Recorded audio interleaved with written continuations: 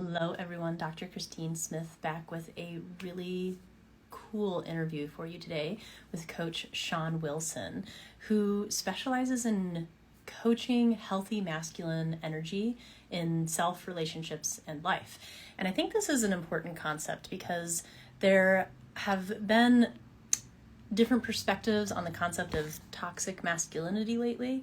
I think sometimes they are misconceived, and same goes for feminine, and masculine and feminine exists within all of us. And so that's why we wanted to do this talk today, to kind of help you understand how to get in touch with these energies, how they affect you internally, your relationships, your life, your work, all of that. So hello, Shawn, thank you so much for joining me Hi, today. Christine. So good to see you.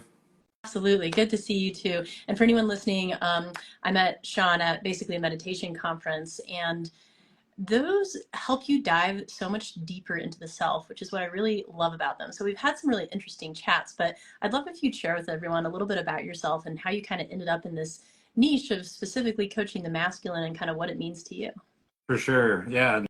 I appreciate you just having this conversation. I think it's such a valuable conversation for the world, right? So a little bit about myself. I got started in business, right? And I went hard within my business. I pushed, I had to accomplish to prove myself to the world, right? To say that, hey, look at me, I'm enough. I did it. Validation. And then when I realized that that was not the path, then I went into meditation to actually optimize in business. But then what I realized was there's a deeper meaning to this existence in this world, which is the inner world. And in our inner world, we can tune in to our own energies. And when we do that, our masculine energy can accomplish things for us without us actually having to go try. And it gets so profound when we connect deeper to ourselves. And that's what I realized within my own journey, was how powerful it is to tune in to our own energies so that we can see and feel how we can play with this tapestry of energy in both the feminine and the masculine, and how that can play out in our relationships, our business, and in our own connection with ourselves. Absolutely. I think that's a beautiful perspective to take. And I definitely wanted to do this because I think people think that masculine and feminine has to do with like gender or biological sex, when really it's talking about magnetics and polarity and understanding how we can attract certain things in our life by what we put out, and why we tend to attract certain things in our life by what we put out, and how that can change over time and within For one sure. person, within relationships, and especially within work and vocation. Because for anyone who's tried to start a business, I think you quickly realize it's way more of a spiritual journey than you ever expected, because you're very much forced to go inward and figure out what you value and how to communicate and how to connect with others in a genuine way. And that takes a lot of exploration. And I know that's some of what you do in your coaching, but I'd love if we can just talk a little bit about kind of this balance of masculine and feminine energy in our approach to life, personal relationships, work, and where the attention is focused in each one. And I have my own thoughts on this, but I'd really love to hear your take. Yeah. So I guess, it's like, why do we do anything? Like you're saying, how it impacts us in the relational level. What are we looking for and why are we looking for it? And most often, these subconscious desires are from a place of untapped wound that hasn't yet been healed. And we strive for something, to create something in our lives that's from an unconscious pattern. And so what I found is, if we can continually go deeper into that internal world, that internal dialogue, where we can get to know ourselves on such a deep level, we can begin to unfold this layering of ourselves and our identity, where we can then align to our healthy expression of both the masculine and the feminine, right? And that's where the toxic relationship and the toxic masculine comes in, because when toxic masculinity comes online, it becomes possessive, it becomes controlling, domineering. It's because we're trying to fill something that we haven't yet filled within ourselves by accepting a part of ourselves. Mm. And that is a big deal. You're right. So, and that's with everyone. This masculine energy within the women's perspective, right? We all have to go and create. The intuition is the feminine side. We get the guidance from this intuitive source, this love, this connection. But then when we go to implement it in the 3D world, we need that masculine frame, the discipline, the focus. And the divergence between the toxic masculinity, which can be that possessive, that controlling, domineering side, when compared to the healthy, which is more of the patient, the strength, the presence, the service based leadership, then that has a different energy associated to it. And so when we bring these together in these various elements of life, health, wealth, and relationship, it can really have a profound impact as to why we're doing what we're doing and what energy we're coming from.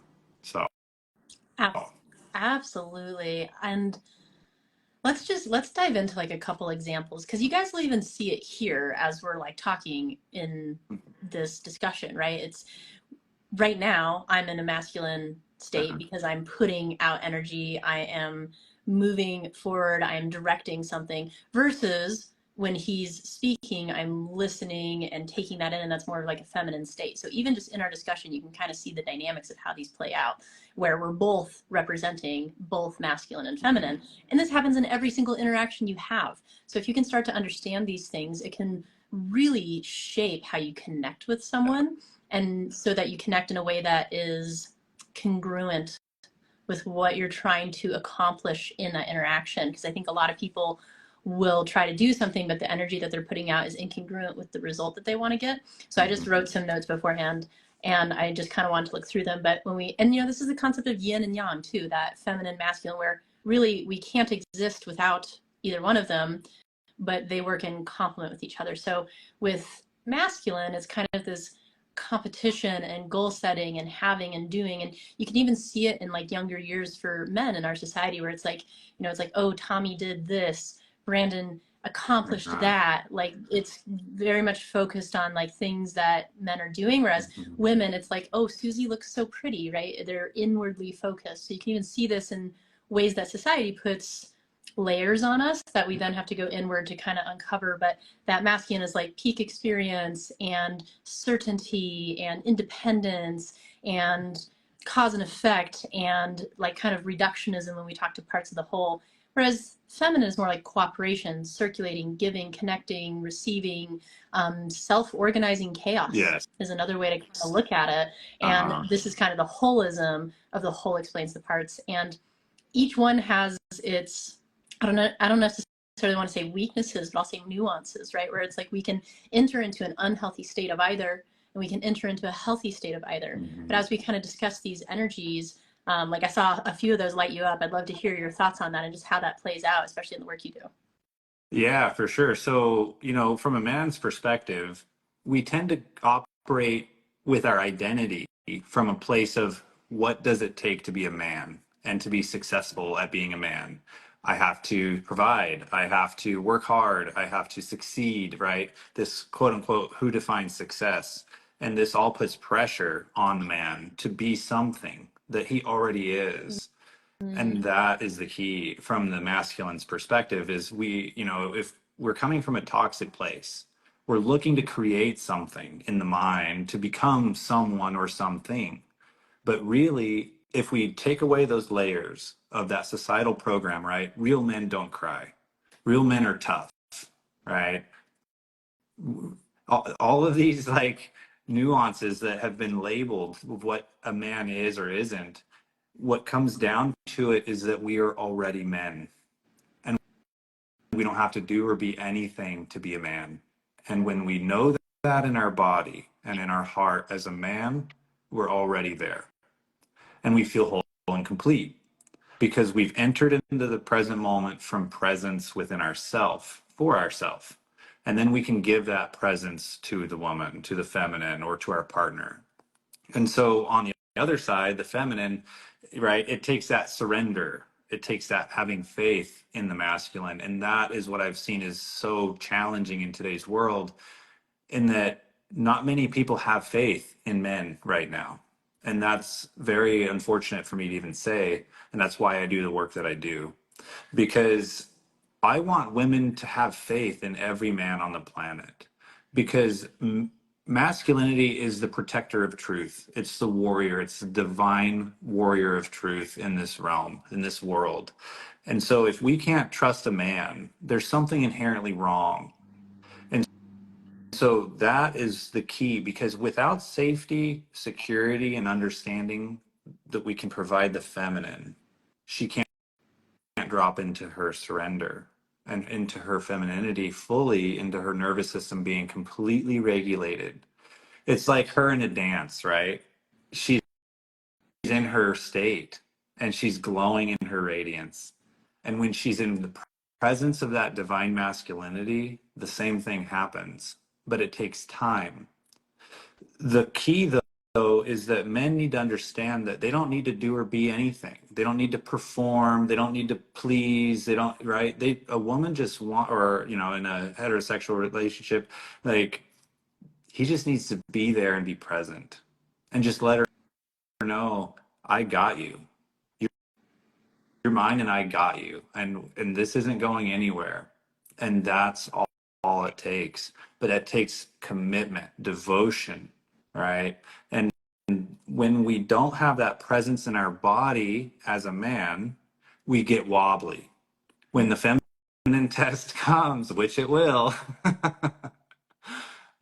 you need to hold your ground and have a backbone. But for the man that's not healed, that test is going to come as a challenge and and also a difficult crucible in a way, because he doesn't know how to navigate it, because he can't hold the space for himself yet. And so that is one of the biggest things on that comment that you just shared. When you were saying some of those words, I was like, yes, this is it, right? Because the masculine is freedom, discipline, focus, direction. And that's why a woman loves a man that can make a decision, because she doesn't want to be put in her masculine, especially by him. That puts her into her fight or flight nervous system, and it doesn't make her feel safe, because our rational thinking mind, our fear-based mind, the fight or flight system, is always looking to survive. And if we're looking back at the history of time, we're hunter-gatherers, and the feminine were protected by the men to live. And so if she can't trust him with anything and everything, it has dire consequences. And our mind hasn't evolved yet enough to be in this society where she can have a little leeway. Right. And so that's the key, is that men need to understand that we're here to provide that safety and that security in such a profound way that we never collapse. So that's my answer to that question. It's a little long-winded, but No, I love it. So one of the things that came to mind just kind of as you're talking is like, one of the things that I have done for myself that I think has just been a really healthy practice is I've gone to ecstatic dance. And I think people misunderstand it. Like, really, it's just a place of free movement where like nothing's expected of you and there's no steps. Like, you can't do it. Right. And I love it because the one I go to, there's no talking. Mm-hmm. So it takes you out of your left brain and puts you into like purely an energetic state. And you have all these interactions with people, if you choose to, that are purely energetic. Yeah. And it's interesting, like the whole idea of dancing with someone in those concepts is you're following the energy and you're like exchanging push and pull, and you're just matching them the entire time. And that's how you get directed and like what movement to do, is you're following the energy, you're following the flow. And I've worked with people where it's like they're trying too much to direct the energy and then it gets bumpy because my system can't figure it out, versus people that they're just kind of providing like these bumpers and this guidance and like giving you invitations but not pushing you in any direction. And that, I think, is like a really healthy container.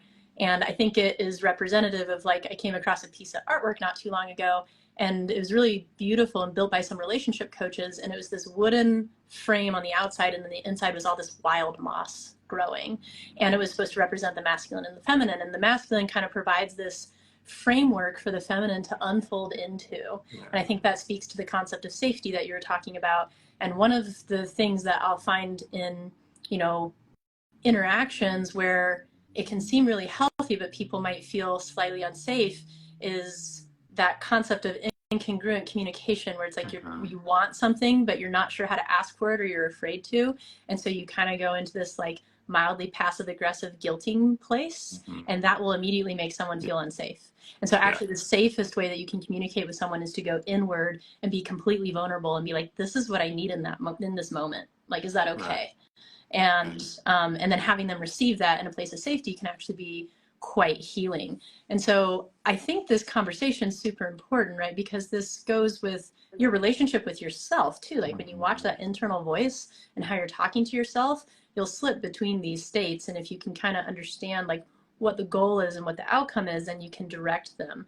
And so in these communications, like if your goal is to receive someone and make them feel heard and make them feel safe and comfortable with you, the best thing you can do is exactly like you're saying. You just sit there and you listen. I think this is like one of the biggest misconceptions between men and women is women will complain and men will want to fix it, and then women don't want the solution and everyone gets offended. So it's like the masculine, if you can sit there and just let the feminine unfold in you as a safe container without trying to control it or change it, that self-organizing chaos kind of thing, you're basically providing a container for her chaos to come out and reorganize, which can actually be a really beautiful thing and quite powerful if it's done in the right way. And then for the masculine, like everything that you stated, it sounds like a burden from some concepts, but I don't actually, like, it can be if you take that perception, but it can also be this like incredibly fulfilling honor. Yes. If you understand it correctly. So I'd love if you dive a little bit into that concept of perception around burden versus gift and healthy versus toxic masculinity. I love that question. So from the unhealed or the immature masculine, he sees work as a burden. He sees responsibility as a burden. When really from the divine masculine, it's a gift. It's an honor for him to find his edge, for him to go deeper into his strength and his fire. And so from a conscious man's perspective, he wants to find the most conscious partner that will hold him to his fire more than any other woman. And that is the sign of a mature man, right? Because some men will look for the partner that can like acquiesce to his nuances, right? His patterns, when really there's no benefit in that, because the whole point of sacred union is that we bring each other deeper into our healing experience. So long as we can do it with love and compassion, that's the key. And so when a partner, say, has a constructive criticism, the healed masculine will love it, will actually want to hear it because he wants to be the best version of himself for his partner. And same with the healed feminine, right? It needs to be this give and take, this supple nuance of this dance between energies where we're in it together. And so the difference between that healed masculine and that toxic masculine, the toxic masculine will get defensive. The ego is still present, right? It's like, the moment she has constructive criticism is the moment he gets defensive and pushes back. And that is a sign of an inner child or some version of himself that hasn't yet been received and healed.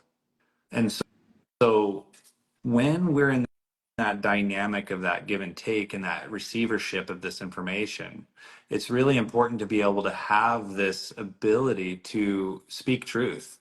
And like you're saying, not have this tendency to try to stifle our truth, right? We need to both be equally seen and give ourselves the full permission to have our authentic, radiant self-expression, where we uphold that truth and give each other the safety to become the true version of ourselves. And like in the dance, right? Like you're sharing, the masculine role, it's the leadership. I'm going to be firm, but I'm also going to be compassionate in my movement. And she feels that in her body and in her presence, in the connection of that energetic flow. And that can happen in a conversation. It can happen in a dance. It can happen without talking at all. And that's how right? This is what I call energetic attunement.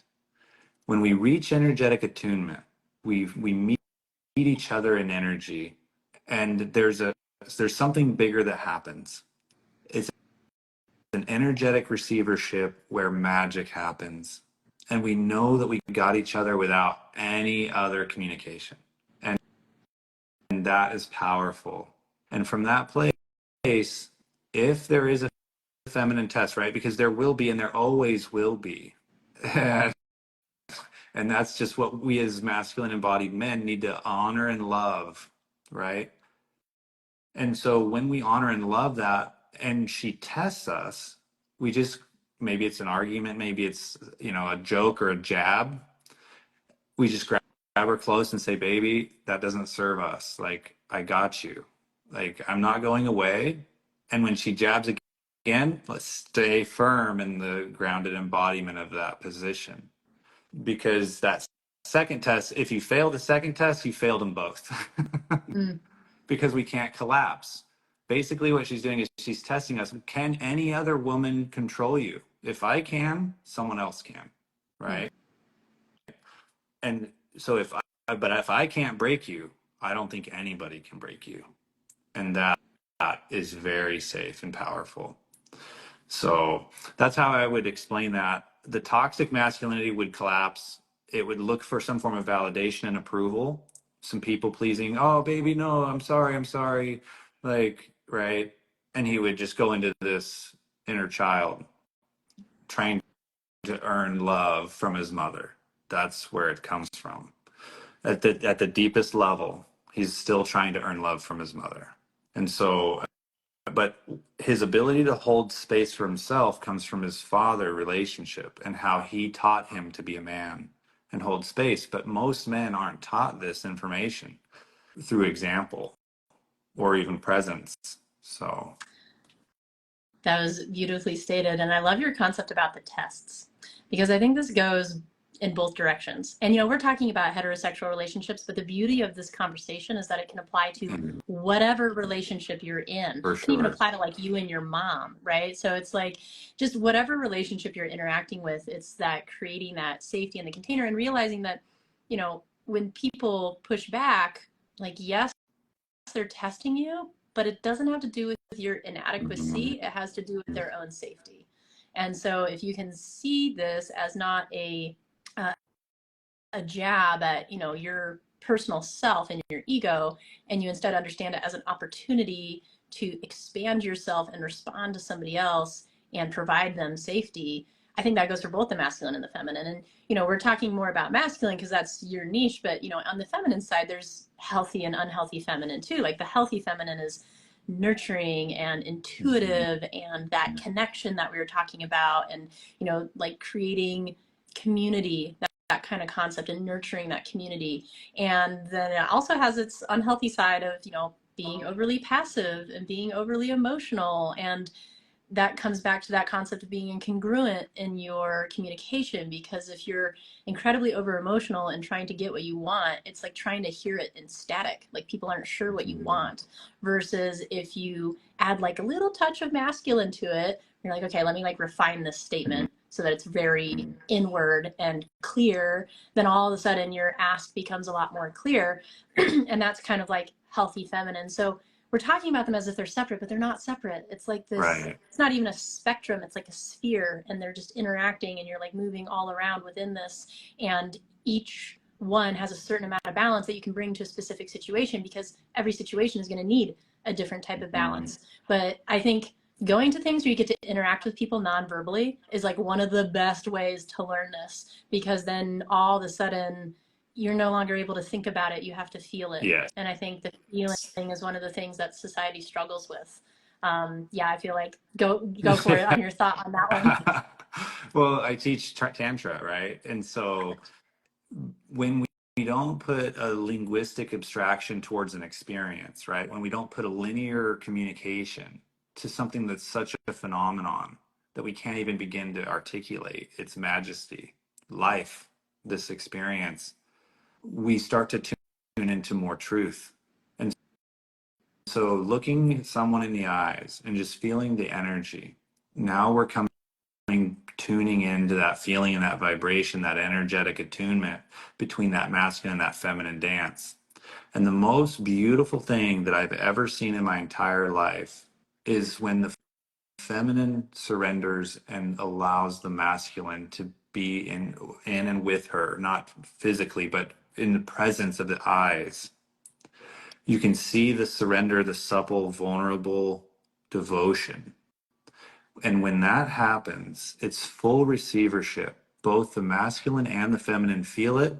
And there's such a safety and a polarity and a fire that's created that's so palpable and so safe, because now we're most part one.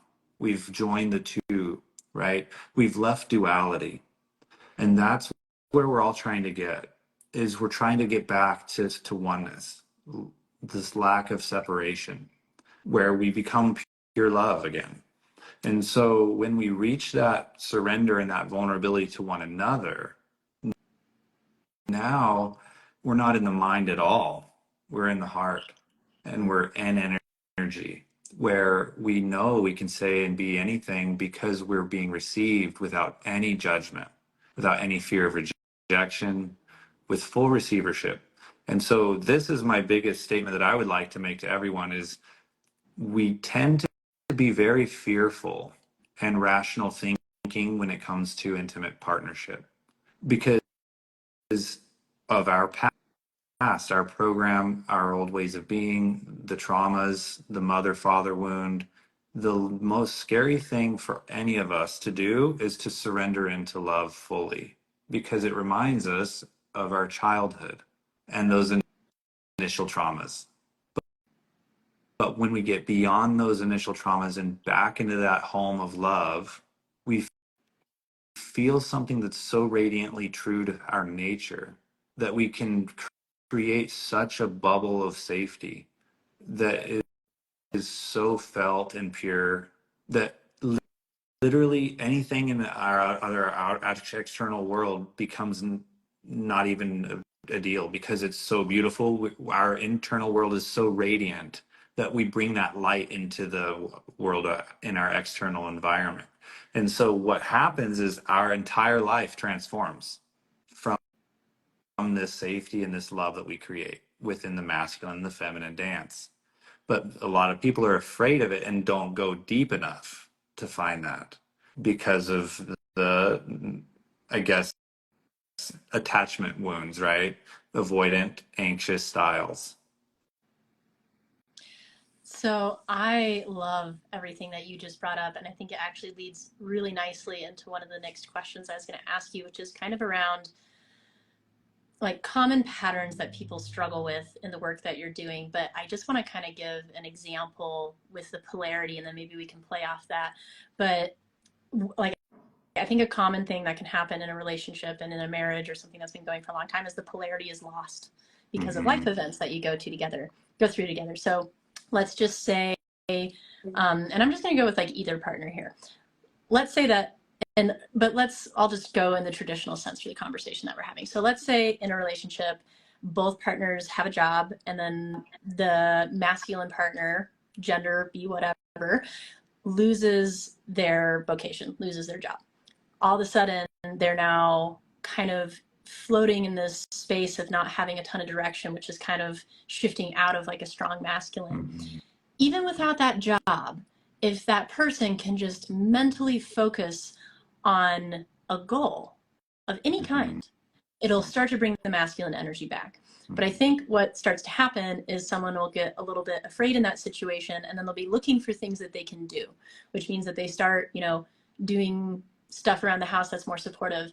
And then sometimes that can push the feminine out of those roles, and then the feminine enters into this place of the masculine of having to work harder, and then all of a sudden it's like the relationship that you initially started with is completely changed. Like the dynamic is different even though the people are the same. And so if you can understand your energy in these roles and like how to communicate back and forth with really clear asks of like, hey, like I've felt a shift, can we talk about ways where we can, each kind of meet each other's needs, and then just have that conversation from like a not shameful place and a not triggering, accusatory, I'm not getting this is your fault place. It's like, this is happening, there's been a shift in our relationship, like let's talk about it, like what are you focusing on? And you get kind of this internal reality of what's happening for the other person so that you can support it correctly. But that's just like one example of like where polarity can be lost in a really strong relationship, and then it feels weird and different, but really it just has to do with that polarity. And if you can see it versus being unaware of it, then that's how it can kind of get addressed. So I'm sure stuff or things like this has come up in some of your coaching. What's your take on that? Yeah, absolutely. So it's a great perspective in terms of a phenomenon that can happen in a dynamic of a relationship. And so for the one that is in the masculine role, it depends on where that person is gaining their masculine embodiment from, right?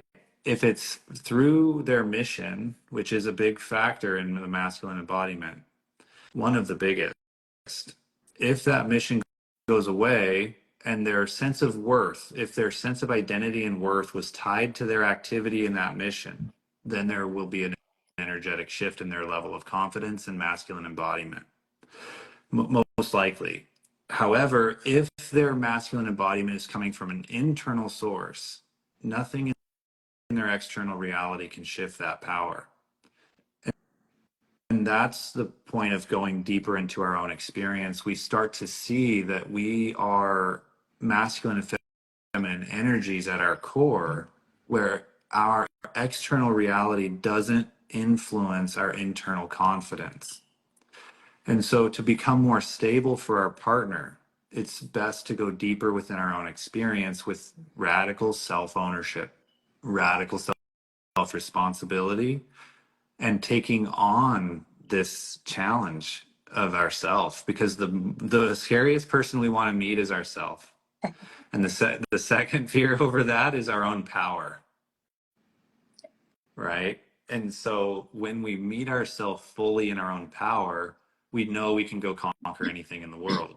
And so if both, and this is the key of having a conscious relationship and how important it is, because now we can be each other's leaders from a place of conscious awareness and truth that is leading us to our North Star. When one collapses, the other picks it up honorably and, lovingly, not judgmentally. And it's in that receivership where it can deepen the love, right? And so the key is that we have a North Star, we have a direction that we're headed, but we know we're a team, and neither of our self-worth is dependent on anything in our external environment. And when we are there, we are just met in receivership. And Yep. this place becomes a game. Everything in our life becomes a joy. And we enter the dimension of heaven on earth, which is the highest level of consciousness of love and greater, where we know we're embodied souls here and there's nothing to fear, because we realize that anything other than love is separation from truth. It's an illusion of the mind. And so we can bring each other back to truth. That was beautifully stated. And I'm so glad that you brought up the concept of like when one falls, the other one supports, because that's inevitably going to happen in life and in relationships. And it's okay, but it's the concept of being able to be humble enough to go inward and review what you do need. Because I think a lot of people aren't even sure what they need because they're so outwardly focused on getting it from the environment versus going inward, figuring out what it is, and then coming from that like vulnerable space in your ask, and then your environment will respond to the energy that you're putting out. And so it's not that, we have to be in our masculine or feminine all the time. It's like understanding the dynamics between them and then being able to have a conversation about it.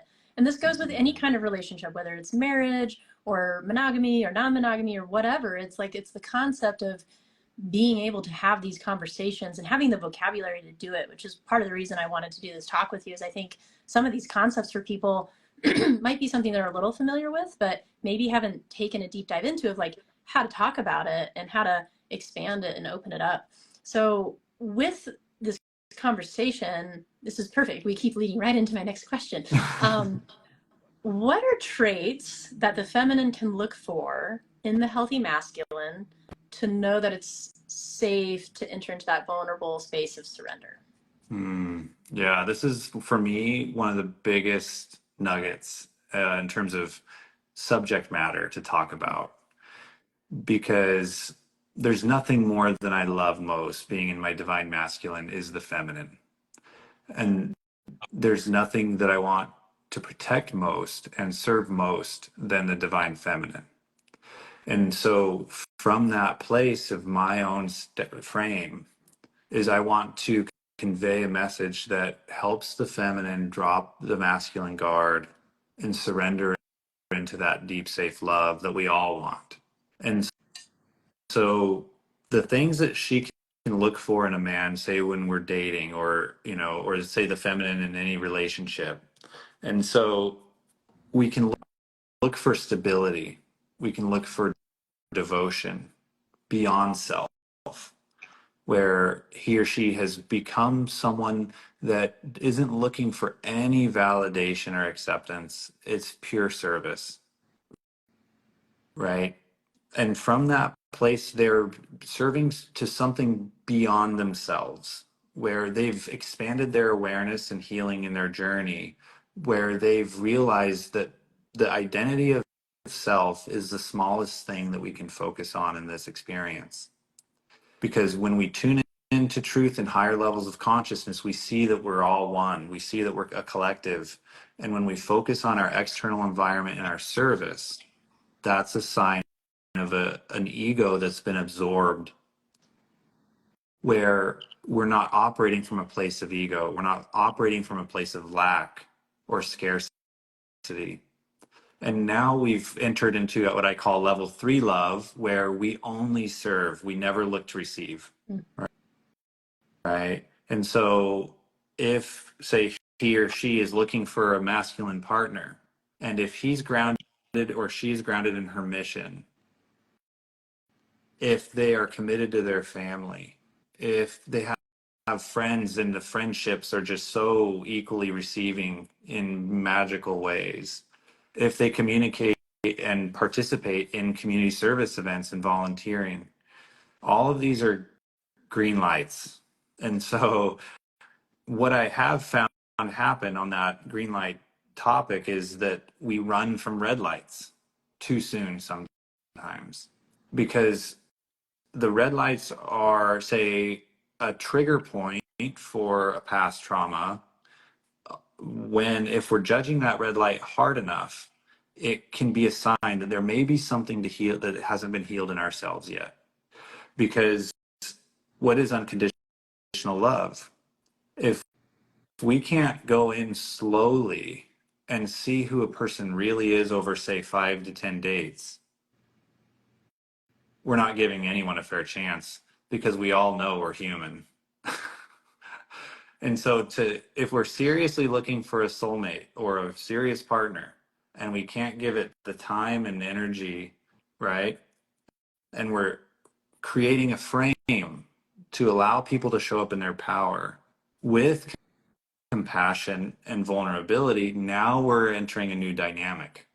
Now we're entering into a place of love and unconditional love, where we're not just bringing out that axe and saying, oh, nope. So that's my answer to that.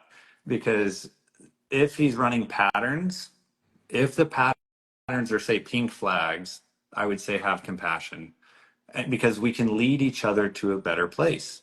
But if, for sure, if it's unsafe or dangerous, for sure, it's not it's not a good idea. But that's my subject on that.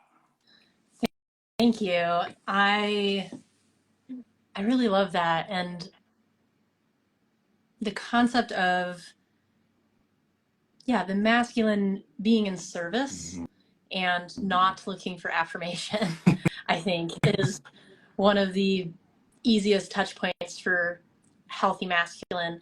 I'm curious, from your perspective, when you're coming from that energetic state, what is the type of feminine it tends to attract that would essentially be the healthy alternate that men can look for, or masculine can look for? Yeah. So that's a great question, and it's very nuanced, but I would say attunement, an openness to attunement, where she's there and she's connected to you. Beautiful. I think that idea of connection and that idea of openness is a very good way to put it. And, for the feminine side of things, I think being willing to go inward is still a huge key to that. But also that willingness to go inward and to be able to discover like what your own asks are, and being able to do that in a way that's not considering, as funny as this sounds, not considering somebody else essentially. So it's like that ask is purely coming from like the depths of you, and being willing to be vulnerable in that way to see if a masculine presence can meet it, and then focusing on the idea of connection and service and nurturing and what lights you up. I think that is a huge part of what helps the feminine embody in a healthy way, and making time for creativity and making time to let that side of yourself come out, because I think that is something that's happened in our society is women have just kind of had to become masculine just because of the way our society has gone. And so now it's created this like really weird thing with polarity where men are figuring out how to meet these new masculine women, and women are figuring out how to release that at certain times so that they can receive a healthy masculine. Because if you're always putting out masculine energy, you're going to attract more feminine energy, and that's just the polarity concept. And if you're looking for a masculine presence, you have to be willing to drop yours sometimes. But you are always testing it a little bit to make sure it's safe to drop it. And so I think running into that masculine that can handle those tests without being phased is generally a good way to look for things. But to the healthy masculines out there, thank you for holding a safe container for the feminine to kind of do that self-exploration and expression, while knowing that it doesn't always have to do with you. And it's just that's the chaos of the feminine, but at the same time it's the chaos that is creation, and where new beings can be fostered. So it all has its purpose and its role. And I guess you kind of touched on, if there's something you wanted everyone to know, what would you tell them? But any other things that you're like, I just want every single one of my clients to know this. Like, I think this is a foundational concept, and if we can start here, we'll already be on a road to success. Yeah. The biggest thing is that just letting them know that you're perfect as you are. We're all perfect. And this idea of suffering and that we all have to go and do all this immense amount of healing is yet another illusion. And because at the end of the healing road is that we're perfect and everything was perfect as it was. And when we see that, everything disappears, the string of trauma collapses. And what happens? We enter the present moment as ourself. And in the present moment, there's no suffering that exists, right? Whenever we're in a dance or we're out in nature, what happens? We leave the dimension of space and time. And when we leave those two dimensions, we leave the concept, the rational thinking mind, the fear-based mind, and we enter presence. And so that's what I would say is, do the healing work where we have the routine, where we're meditating, we're eating healthy, we are taking care of our own needs and getting to know ourselves so well that we can articulate our needs from a place of truth and wholeness, where we're not trying to grab or be needy or to get accepted or validated. We're just being ourselves. And then from that place, we can have it all. And because there's so many different attachment styles as a result of our parental traumas that can be created, that creates this dissonance during this courting process in relationships or even in long-term relationships, that creates this push-pull tendency, and that pulls us out of that self-strength and that center of self. And so that's what it would be. It's just being able to manifest your own routine that keeps you in your center, keeps you living in the present moment. That's everything. Because from that place, we're going to naturally embody our own energetic core. Yes, I could not agree more. And I think this concept is important for like your work too, right? Like that spiritual journey of work, no matter what your vocation is, it's this concept of allowing time to push forward and allowing time to reflect and kind of creating space for all of it. But you still have to do that inward journey and that inward work of like, what do I actually want? Which I think is the hardest question for people to answer. Like often people think it's easy, but if you really dig down, it's like sometimes what you think you want is stuff that other people want. And it's not actually stuff you want, but it's what you've been imprinted with. And then you have to go inward and be like, is that actually what I want? And challenge yourself and do the uncomfortable work.